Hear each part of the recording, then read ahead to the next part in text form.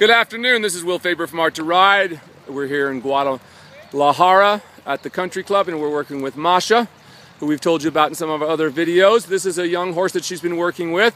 He has a few problems and he's a little broken in the neck, and that's what we're talking about here, is trying to get the horse to lengthen out from the shoulder so he doesn't just bend the neck over, which is what a lot of these horses do, is they just kind of bend the neck over, which is his problem. Then they won't take contact. There's nothing worse than a horse that comes behind the bridle and just drops the bit in his mouth, because those kind of horses, when you get in difficulty, will just run away with you. But what a nice job she's doing. So if he looks at times like he's a little behind the vertical, that's why. He's a little broken there. There we go. Now we're going to experiment with a little sitting trot with this horse. So go ahead and sit to the trot with him, as long as it doesn't affect his trot.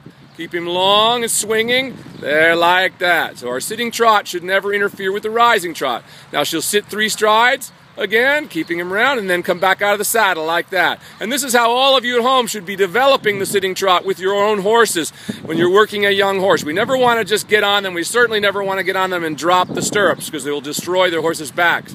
You need a very old schoolmaster that's been correctly trained for many years to be able to do those kind of stirrupless lessons without ruining the horse. So go large in the trot sitting this time, and go all the way around and down from the next long side leg, yield across the diagonal.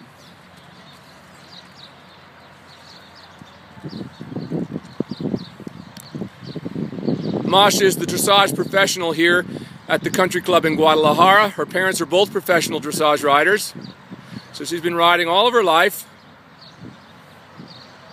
and is one of the top dressage riders here in Mexico.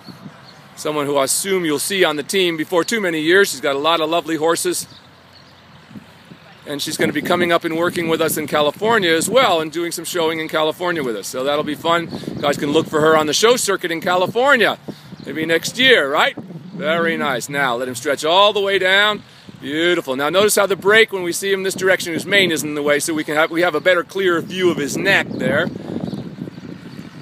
Very nice, like that, all the way down. Beautiful. That's how we want him to look.